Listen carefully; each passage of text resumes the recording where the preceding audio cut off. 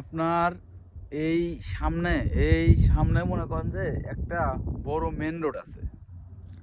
তো আমি ম্যাক্সিমাম টাইমে এই আশেপাশে এলাকায় মনে করেন যে আসি, যখন আমার কাজ থাকে না বা ছুটি থাকে, দু একটা ভিডিও বানাই। তো আমি কালকে ভিডিও বানাইতে আসছিলাম। তো আসার পরে আমি এই জায়গা আমি ভিডিও করতেছি।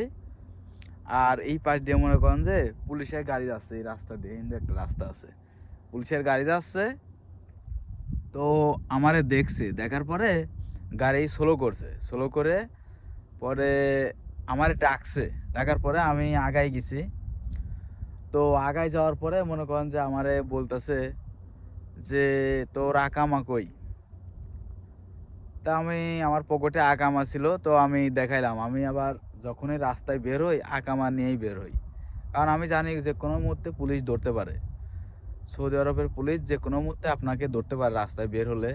তো আমি সাহস করে আগে যাই, বললাম যে আকামা আছে আমার কাছে, ওই আরবি বললে অনেকক্ষণ ধরে। তো আমি দিলাম, দেওয়ার পরে আমার দেখলো, আকামাটা দেখলো। দেখার পরে ওর ফোনে, মানে সৌদি আরব যে পুলিশ আছে, পুলিশের ফোনে একটা মনে করেন যে স্ক্যান আছে। এই আকামার উপরে মনে করেন যে ধরলেই দেখায় ডেট কত আছে, মানে আর কতদিন মেয়াদ আছে। তো আমার আকামার মেয়াদটা শেষের দিকে, আর মনে করেন যে সামনে 7 তারিখে আমার আকামা ডেট শেষ। আর এই দিন ছিল হচ্ছে 29 তারিখ। তো আমারে বুঝাইলো যে তোমার আকামার মেয়াদ শেষের দিকে। তো আমি বললাম যে 7 তারিখে আবার রিনিউ হবে আর কি, মানে আবার নতুন করে আকামার ডেট হবে। তো বলার পরে তো আমার বললো যে আচ্ছা ঠিক আছে যাও। তো এখন বর্তমান সৌদি আরবে চেক দিতেছে। এর কারণ কি জানেন? এই গত কিছুদিন আগে সৌদি আরবে একটা ছেলে অপহরণ করে মানে মারা গেছে আর কি। অনেক টাকা দাবি করছিল, বাংলাদেশিরা দাবি করে তারে মারা ফেলছিল। তো এর জন্য মনে করেন যে তার রায়টা হয়েছে, রায় হওয়ার পরে এখন সৌদি আরবে মনে করেন যে প্রচুর বাংলাদেশিরা অপরাধ করতেছে। এর জন্য মনে করেন যে সব জায়গায় চেক দিতেছে, সব জায়গায় চেক দিতেছে। দেওয়ার পরে মনে করেন যে দেখতেছে অবৈধ কেরা আছে, ধরতেছে।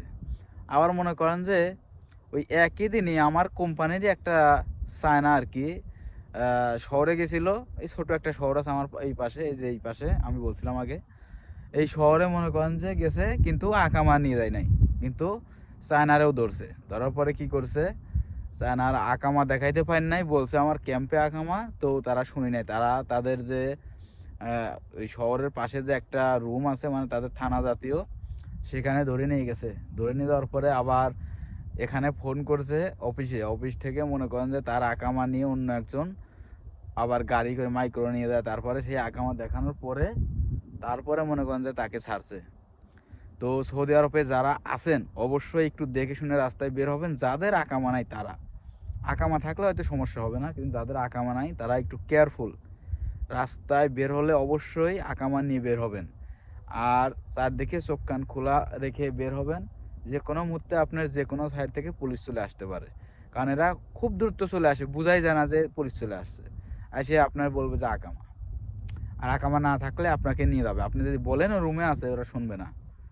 তো যারা রাস্তায় বের হবেন অবশ্যই আকামাটা নিয়ে বের হবেন। আর যাদের আকামা নাই, তো তারা যে কীভাবে চলতে হয় তারা নিজেরাই জানে আসলে, তাদেরকে আর বলতে